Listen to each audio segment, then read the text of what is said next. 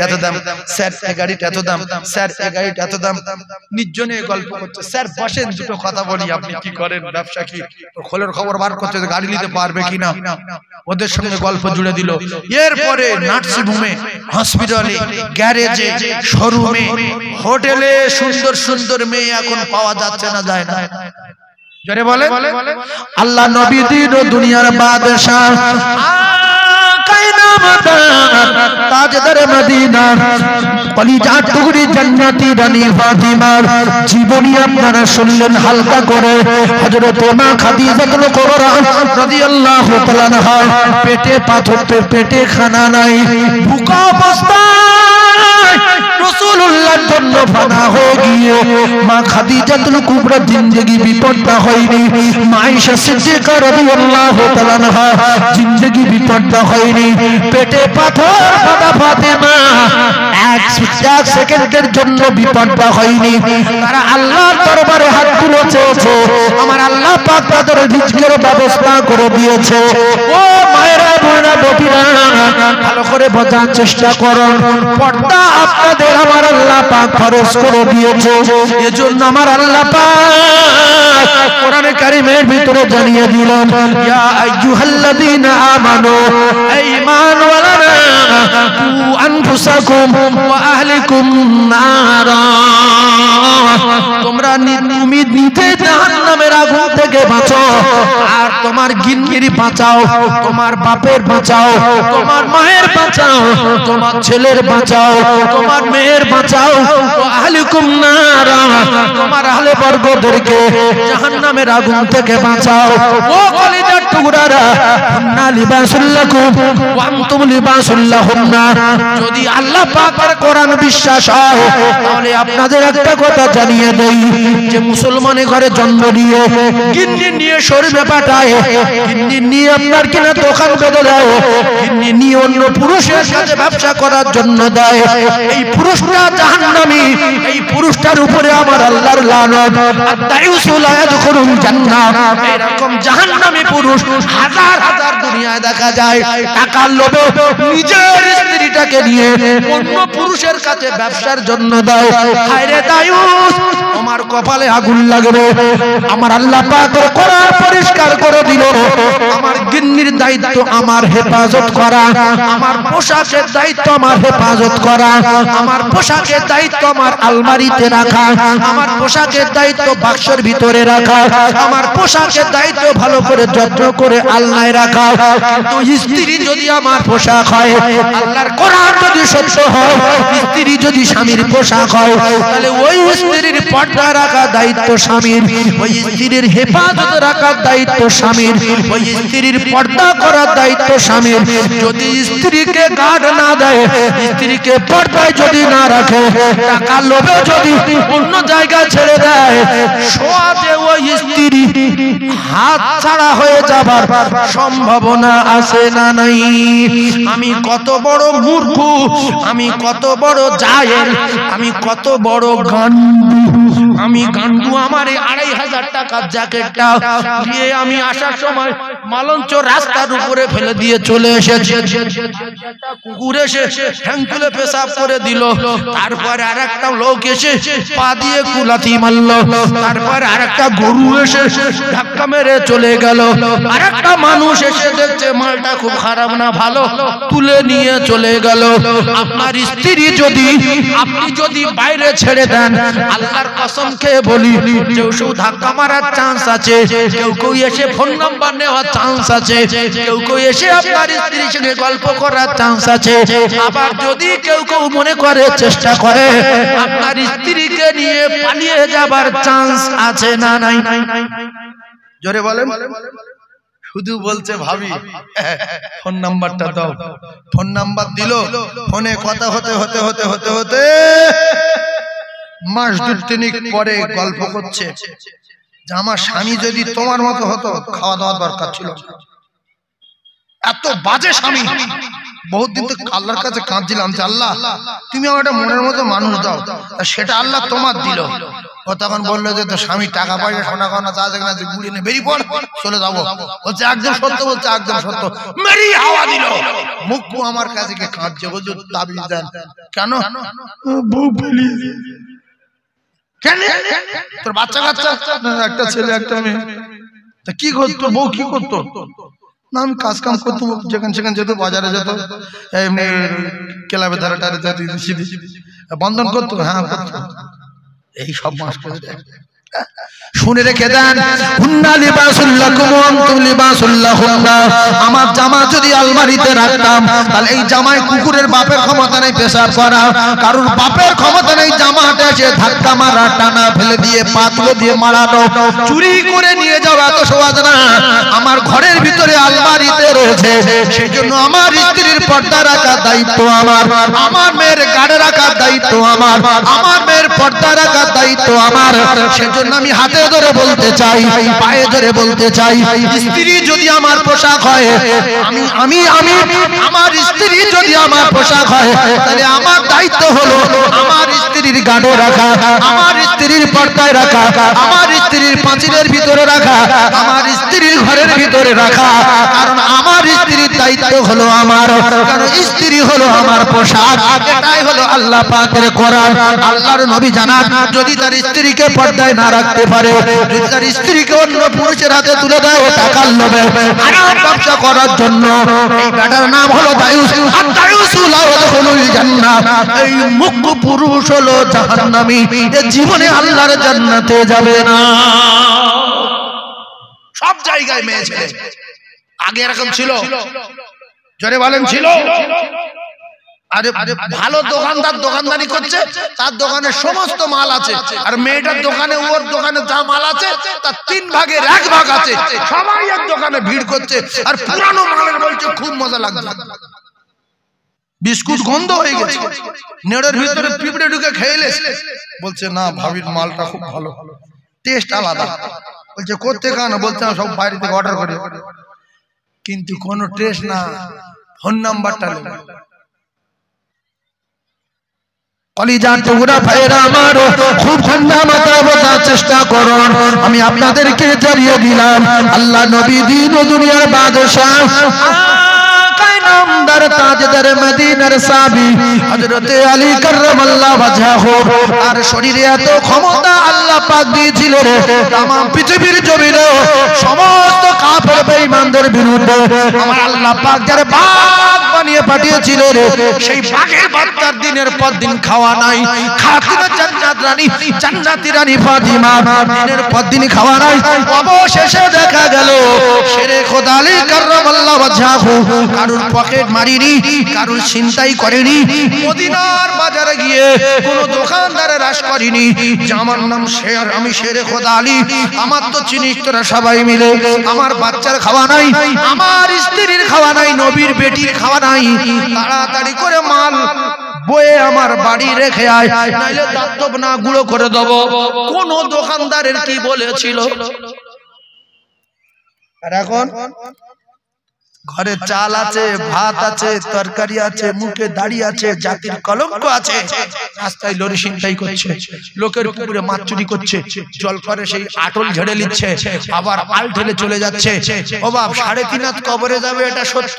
হ্যাঁ, মরে যাবে জানো। হ্যাঁ, চুরি করছে কেন? ও আপনি বুঝবেন না, ও বুঝবে না। আজও মুসলমান ইট চুরি করছে, আজও রাস্তার পাথর চুরি করছে, আজও বালি চুরি করছে, কলের পাইপ চুরি করছে। রাস্তায় পানি দেবে যে পাইপ বসাচ্ছে, ওই চুরি করলে পুকুরে ডুবে রাখছে, কবরে আতালি করে আছে না নাই? আর রাসূল বলছে রাস্তার ইট পিট চুরি না করে আরো ইট জোগাড় করে বসিয়ে দাও। রাস্তায় যদি কাঁটা ফাঁটা পড়ে থাকে সরিয়ে দাও। এরা রাস্তা ভেঙে দিচ্ছে, একটা ইট হালকা মাথা উঁচু হয়েছে, ওইটা ধরে নাড়া দিচ্ছে, তুলে নেবে, তুলে বাড়ি লাগালো। এবার পরস্পর ফাঁকা হয়ে গেছে, তার পরের দিন থেকে পুরো রাস্তা ফাঁকা। আর যত লোক যাচ্ছে গাড়ি নিয়ে বলছে রাস্তা এরকম হলো, ওখানে এতগুলো ইট কি হলো? যে নে তার মাথা বাস পড়ুক, তার কবল আগুন লাগুক, তার সংসারে বাস পড়ুক। মেরি ছেলের জ্বর, ইতির পেটে কিডনি পাথর, এর মাথা ঘুরছে, লোকের সাপ।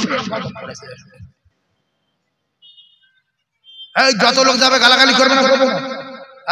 সেজন্য রাস্তার ইট চুরি করতে রাসূল নিষেধ করেছে। রাসূল রাস্তার ইট দিতে বলেছে আর রাস্তা করার জন্য জায়গা দিতে বলেছে। সাদকায়ে জারিয়া হবে। কি হবে? সাদকায়ে জারিয়া হবে। ও শুনছেন, একটু শুনলেন, বুঝলেন, আর চুরি চামারি করবেন না, ছেলে মেয়েদের জন্য অন্যায় করবেন না, ছেলে মেয়েদের জন্য নোংরা ভাষা জমানে ব্যবহার করবেন না। যে আমি আমার ছেলে মেয়ের ভবিষ্যৎ করছি। তুমি কি গাঁজা খেয়েছো? তুমি কি ভবিষ্যৎ করবে? ভবিষ্যতের মালিক ছেলের যে মালিক, ছেলের বাপের সেই মালিক আল্লাহর কসম।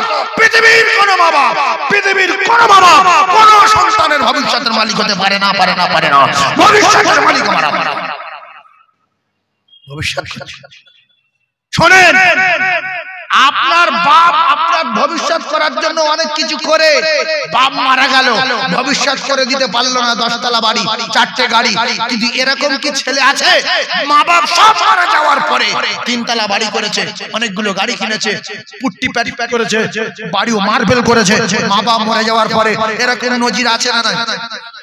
আরে হ্যাঁ না বলো না? এগুলো কি ওর বাপ করেছে? এগুলো করেছে কে?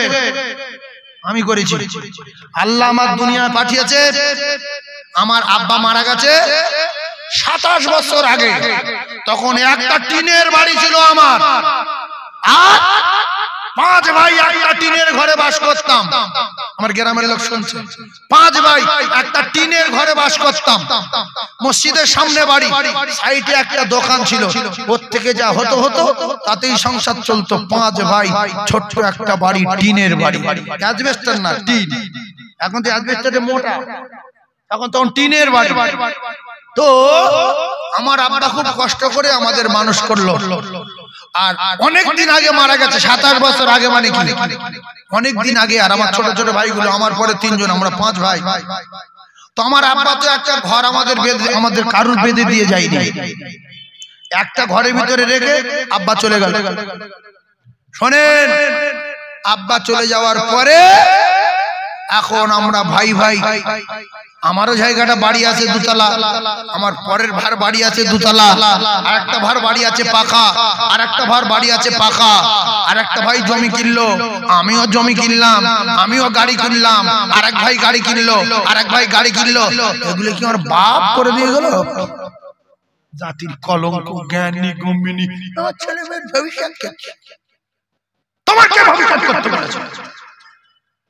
তুমি কি ভালোবাসো তোমার ছেলে? কি ভালোবাসো তোমার মেয়ে? 3 বার জেনা করেছে ছেলে, 3 বার নেড়া হয়েছে। 4 বারের মাথা বাপ থানায় গিয়েছে, আমার ছেলে না, আমি চিনি না, তেজ্যপুত্র করে দিলাম। আল্লাহ বলছে, কি মহব্বত, তেজ্যপুত্র করলি? তোর ছেলে দিঘায় 150 বার ধরা পড়েছে আমার চোখে, বকখালি 30 বার ধরা পড়েছে আমার চোখে, গ্রামে 45 বার। আমি তো অন্ধ করে দিইনি, ঠ্যাং ভেঙে দিইনি, বাবা করে দিইনি, পাগলা করে দিইনি, মেরেও দিইনি। আমার বললে হয়ে যায় মুখে। তুই এত ভালোবাসিস, 3 বার নেড়াই, সঙ্গে সঙ্গে তেজ্যপুত্র। আমার কাছে 150 বার ধরা পড়ে যাবে, কিছু করিনি। তিনি সামিউম বাসির, রাতে অন্যায় করলে দেখতে পায়, দিনে অন্যায় করলে দেখতে পায়। রাতে যেরকম আল্লাহ শুনতে পায়, দিনেও সেরকম শুনতে পায়। কি ভবিষ্যতের মালিক আমরা! এই জন্য অন্যায় জ্ঞান কম বলে ভবিষ্যৎ করে আমরা ছেলে মেয়েদের জন্য প্রচুর অন্যায় করি। এজন্য আল্লাহ পাক বলেছে, ইয়াউমা ইয়াফিরুল মারউ মিন আখিহি ওয়া উম্মিহি ওয়া আবিহি ওয়া সাহিবাতিহি ওয়া বানিহি। ও কলিজার টুকরারা, ও মায়েরা, বোনেরা, বেটিরা, আল্লাহর রাস্তে জানিয়ে দিয়ে যাই, ছেলে মেয়ের জন্য অন্যায় করবেন না, ছেলে মেয়ের জন্য পাপ করবেন না, ছেলে মেয়ের জন্য একটুখানি হারাম উপার্জন করবেন না, ছেলে মেয়ের জন্য আলটারাটিরি করবেন না, ইট সিমেন্ট বালি টনসিপ চুরি করবেন না, ছেলে মেয়ের জন্য নামাজ কাজা করবেন না। কারণ আমার আল্লাহ জানিয়ে দিলেন, তোমার বাপ, তোমার মা, তোমার ছেলে, তোমার মেয়ে, আমি আল্লাহ পাক কোরআনে কারীমের ভিতরে জানিয়ে দিলাম, তোমার কেউ পরিচয় দেবে না, দেবে না, দেবে না।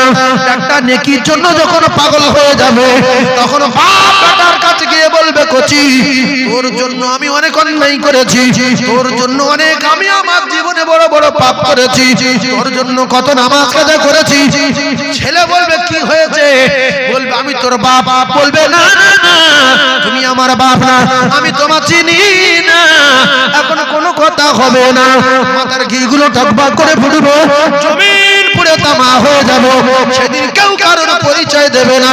আফসোস করতে করতে করতে চোখ দিয়ে রক্ত এসে যাবে, নাক দিয়ে মগজগুলো গুলো গুলো পড়তে থাকবে, জমিন পুড়ে তামা হবে, জীব বেরিয়ে হাঁটু পর্যন্ত যাবে, কারোর গোড়ালি পর্যন্ত যাবে, কারোর জীব মাটিতে টানতে টানতে যাবে। আর কত সেদিন কেউ পরিচয় দেবে না। তখন মানুষ আফসোস করতে করতে বলবে আল্লাহ গো যদি এই রকম পেটে পড়বো জানতাম জমি জায়গাগুলো মাদ্রাসা মসজিদে লিখে দিয়ে আসতাম, এই সমস্ত বাপের বেটা কলঙ্ক দিতাম না। কিন্তু এখন কোটি বার বলার পরে, হাতে ধরার পরেও, পায়ে ধরার পরে বললো মুসলমান একটা টাকা দিতে চায় না। মনে হয় আলেম ওলামাদের বানানো কথা। আমি যদি বলি না আল্লাহ পাকের কোরআনে বলা আছে মানজা আবিল হাসানাতি ফালাহু আশরু আমসালিহা। বান্দা তুই যদি আমার খুশি করার জন্য একটা টাকা দিস, আমি আল্লাহ কথা দিলাম তোর ঘুরিয়ে দেব 10 টাকা। এই কথা শুনলে বলবে বানানো, এটা সাজানো কথা। ও কলিজার টুকরা ফেরা মা বাবাদিরা, রাসূলুল্লাহ বললেন কেউ যদি দেয় সে তো আমার আল্লাহ পাকের দোস্ত হতে হয়ে যায়। আর যদি কেউ না দেয় আল বখিল আদুবিল্লাহ, এই আল্লাহর চরম দুশমন ফেরাউন হামান নমরুদ সাদ্দাতের কাতারে পড়ে যায়। আল বখিল আদুবিল্লাহ, আল্লাহ চরম শত্রু হলো বখিল। এই যে পৃথিবীতে বহু ধনী লোক আছে, টোটাল ভারতবর্ষে না টোটাল পৃথিবী একটা ধনী দেখাতে পারবেন না নমরুদের মতো, একটা ধনী দেখাতে পারবেন না সাদ্দাতের মতো। ভারতের কি বলবো, ভারত তো পৃথিবী এরকম একজন মস্তান দেখাতে পারবেন না যে মস্তান সাদ্দাতের মতো মস্তান ছিল, কত টাকার মালিক ছিল। আল্লাহ পাক সেকেন্ডের ভিতরে ধ্বংস করে দিয়েছে। এইজন্য রাসূল বলেছে বকিল আল্লাহর চরম দুশমন, সকি আল্লাহর পরম বন্ধু। হাবিব হাদিসগুলো মানেন, কোরআনগুলো বিশ্বাস করেন, আর আলতু ফালতু কথা বিশ্বাস করার দরকার নেই। হাদিস কোরআন মানার দরকার আছে না নাই? আর কেউ যদি ভিতরে ভিতরে বলে ও আমি মানি না, ঠিক না, কাফের নামে মরবে না, যতদিন না কাফের হয়ে মরবে না। কারণ কোরআনের একটা আয়াত কেউ যদি অস্বীকার করে ও কাফের হয়ে মরবে। মেনে নিতে হবে এগুলো ভালো, তবে পারি না পরে করব। নামাজ ভালো মেনে নিলাম কিন্তু পরে পড়ব, নামাজ মানি না বলা যাবে না। নামাজ মানি না বলা যাবে না। নামাজ ভালো পরে পড়ব, মেনে নিলাম। দান করা ভালো, এখানে দেব না, আমি অন্য জায়গায় দেব, পরে দেব, সামনে বছর দেব। মেনে নিতে হবে। ঈমান হলো মেনে নেওয়ার নাম। কলেমা পড়লে তো কাফের থাকবে, মুসলমানের খাতায় নাম উঠবে না। লিখে রেখে দেন, কলেমা পড়লে কাফের থাকবে, মুসলমানের খাতায় নাম উঠবে না। নবী চোখে দেখলে কাফের থাকবে, সাহাবার খাতায় নাম উঠবে না। আমরা যে জানি যারা নবীকে চোখে দেখেছে এদের বলা হয় সাহাবী। এটা মারাত্মক বাজে কথা। যারা কলেমা পড়ে নিয়েছে এদেরকে বলা হয় ঈমানওয়ালা। হিন্দুদের ব্রাহ্মণ, খ্রিস্টানের পাদ্রী, এরকম অনেক হিন্দু শিক্ষিত ভাইরা এরা কলেমা লা ইলাহা ইল্লাল্লাহ মুহাম্মাদুর রাসূলুল্লাহ জানে না। জোরে বলে। তাহলে যারা কলেমাটা পড়ে নেবে এরা সবাই তো জান্নাতি হয়ে যাবে। রাসূল বললেন মান ক্বালা লা ইলাহা ইল্লাল্লাহ মুখলিসান, ইখলাস থাকতে হবে। কারোর কোনো ক্ষমতা নাই, সব ক্ষমতার মালিক আমার আল্লাহ। এর নাম লা ইলাহা ইল্লাল্লাহ। নেই কোনো মাবুদ এক আল্লাহ ছাড়া। জোরে বলো, আরো জোরে বলো।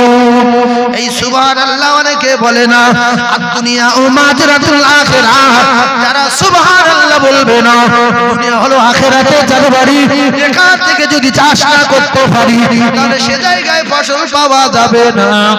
আমি কত বড় মুখ্যু, কত বড় জাহেল, কত বড় বাব্বর, আমার জমি আছে 1 বিঘা, আমি চাষ কোনো বছর করি না, কিন্তু সিজনে সিজনে ফসল তুলতে যাই। ধান কাটা সিজনের কাছতে নিয়ে গিয়েছি, ধান কাটতে দেখছি ঘাস ভর্তি, সমস্ত লোক বেগুন তুলছে, ধান কেটে নিয়ে বেগুন গাছ দিয়ে, আমি আবার ওদের বেগুন দেখে আমি বেগুন তুলতে গিয়ে দেখছি ঘাস ভর্তি। এই মুখ্যু, তোর জমি আছে 1 বিঘা, তুই যদি চাষ না করিস কাছতে নিয়ে যেতে হবে, ফিরে আসতে হবে, তুই আর তোর বাপ গেলে একটা ফসল তুলতে পারবি না। রাসূলুল্লাহ জানান দুনিয়া হলো আখিরাতের খেতিবাড়ি, আমার আল্লাহ দুনিয়ায় পাঠিয়ে দিয়েছেন ফাদখুলি ফি ইবাদি ওয়াদখুলি জান্নাতি, এখানে ইবাদত করার জন্য পাঠিয়ে দিলেন। ওয়ামা খালাকতুল জিন্না ওয়াল ইনসা ইল্লা লিয়াবুদুন, আমার আল্লাহ আমাদেরকে ইবাদত করার জন্য পাঠালেন, আমাদেরকে ইবাদত করার জন্য তৈরি করলেন, জিন জাতিকে ইবাদত করার জন্য তৈরি করলেন। এই দুনিয়ায় বাঁচিয়ে রাখার একটাই কারণ হলো এরা দুনিয়া থেকে বেঁচে থাকতে থাকতে এদের নামায় আমলে আখিরাতের জমিনে ফসল ফলাবে। এজন্য রাসূলুল্লাহ বলেন দুনিয়া হলো আখিরাতে চাষবাড়ি, এখান থেকে যদি বেঁচে থাকতে থাকতে সে জায়গায় চাষ না করতে পারি জীবনে কোনোদিন ফসল পাওয়া যাবে না। তাই দুটো পায়ে ধরে বলি, বিবির মোহাব্বত কমান, বাপের মোহাব্বত কমান, মায়ের মোহাব্বত কমান, ছেলের মোহাব্বত কমান, চাকরির মোহাব্বত কমান, ব্যবসার মোহাব্বত কমান, তামাম পৃথিবী যত মোহাব্বতের বস্তু রয়েছে রাসূল বলছে কমিয়ে, আমি রাসূলুল্লাহ আমার মোহাব্বত বাড়াতে হবে। হযরত ওমর ফারুক বলল ইয়া রাসূলুল্লাহ সবচেয়ে আপনার বেশি বটি, তবে এখন আমি জানিয়ে দিলাম আমি আমার জান ও জীবনের চেয়ে বেশি আপনাকে ভালোবাসি। রাসূলুল্লাহ বললেন ওমর এই মাত্র কমপ্লিট হয়ে গেল। সেই জন্য এই নবীর মেম্বারে বসে বলে যাচ্ছে আল্লাহর কসম খেয়ে যাদের জন্য অন্যায় করছি এরা কেউ পরিচয় দেবে না, সেদিন পাগল হয়ে গেলেও ঘুরে তাকাবে না, নবীদের কাছে গেলে সবাই তাড়িয়ে দেবে, কেউ আশ্রয় দেবে না, মাকামে মাহমুদের সাজদায় পড়বে না, আমাদের নবীর কাছে গেলে উম্মতের কষ্ট থেকে সহ্য করতে পারবে না। তাই আমি আপনাদের সন্তান হিসাবে, ছোট ভাই হিসাবে, মায়েদের বলছি ছেলে হিসাবে, ভাই হিসাবে, আল্লাহ রাস্তে কথাগুলো একটু মেনে নেন।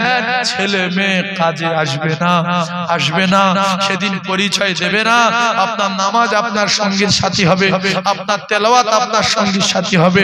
আপনি কোরআন তেলাওয়াত করেন, সূরা ইখলাস পড়েন, দরুদ শরীফ পড়েন, কলমা শরীফের জিকির করেন, মোবাইল দেখা বন্ধ করেন, ভিডিও কল করা ছেড়ে দিয়ে দেন। যদি আপনি ভিডিও কল করে উল্টো পাল্টা জিনিসগুলো দেখান অন্য পুরুষের, আপনার তো গুনাহ হবে, শোনা হবে না? হবে ভাবি এটাকে চুলটা দেখি কেন, তুই চুল দেখবি না, চুল তো আমার স্বামী দেখবে, চুল দেখবে কে? স্বামী দেখবে। মুখ্য নারী ভিডিও কল করে ঘরে দরজা দিল, জানালা দিল, কেউ দেখতে পাবে না, লাইট জ্বালিয়ে দিল, দেখতে পাচ্ছ চুল দেখতে পাচ্ছ, কতবার দেখবে হাঁটুর নিচে। সত্যি ভাবি তোমার চুল দেখে আমি পাগল হয়ে গেছি 3 দিন।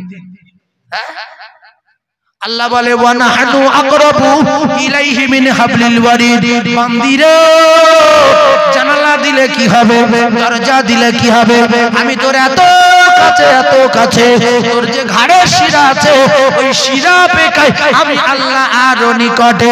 পৃথিবী সবার চোখে ফাঁকি দিতে পারলো, আমার আল্লাহ চোখে ফাঁকি দেওয়া যাবে না। ও ভাবি গো,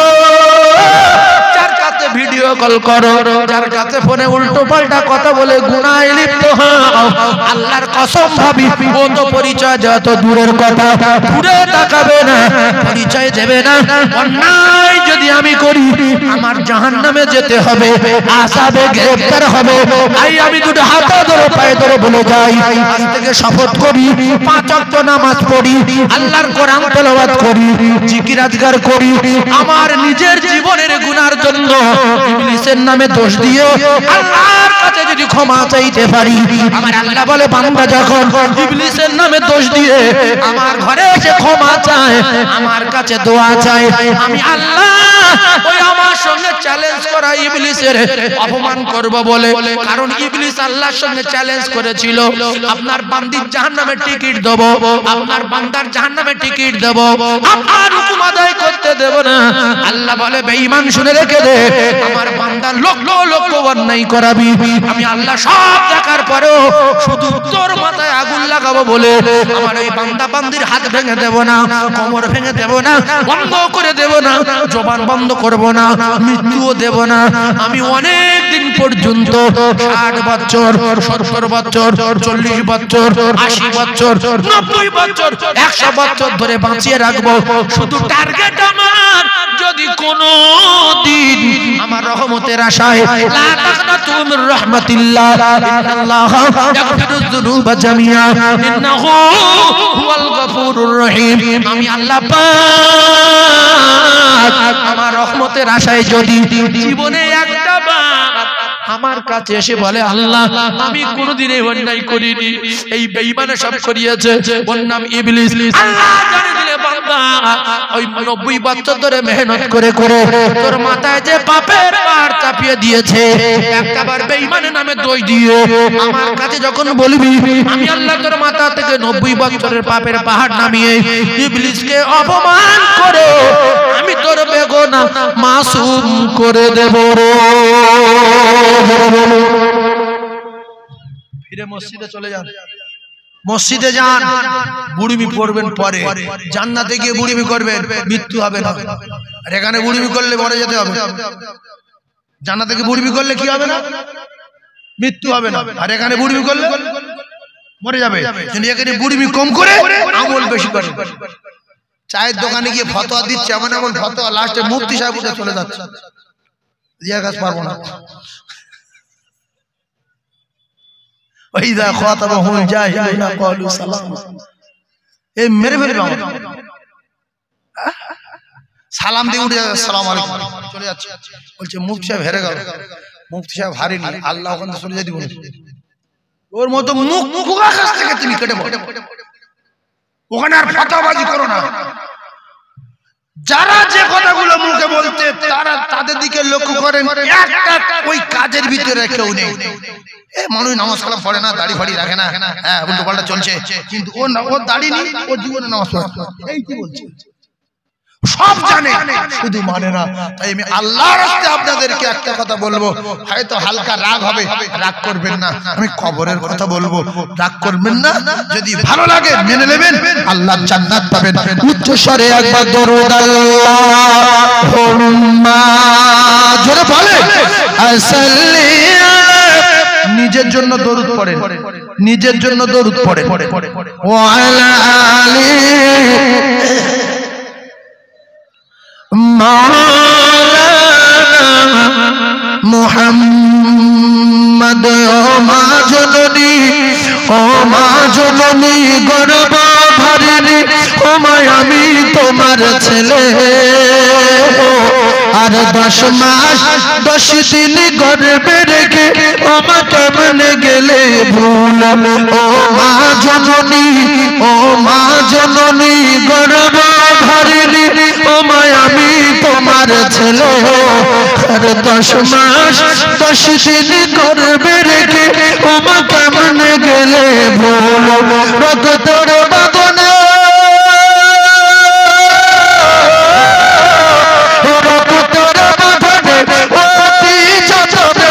আমি মাকে ডেকেছি, ও মা দুধের দেনা আজ পাওয়া তাই বন্দিতে আছি। ওই আমার মন মানে না, ওই আমার মন মানে না, সাথে আমার নেই কো আমি জান। আরে কে বলবো বাঁচা তাড়াতাড়ি দুগুদ করো পান। ও মা জননী, ও মা জননী গর্ব ধারিণী, ও মা আমি তোমার ছেলে, আর 10 মাস 10 দিন গর্ভে রেখে ও মা কেমনে গেলে ভুল। রক্তের বাঁধনে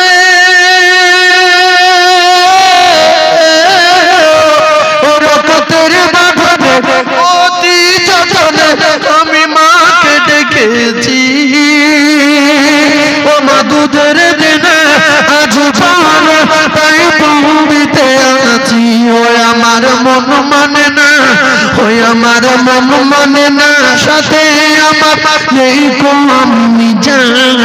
আর কে বলবে বাচ্চা তাড়াতাড়ি তুকু তো করো পার। বলেন না সুবহানাল্লাহ, জোরে বলে।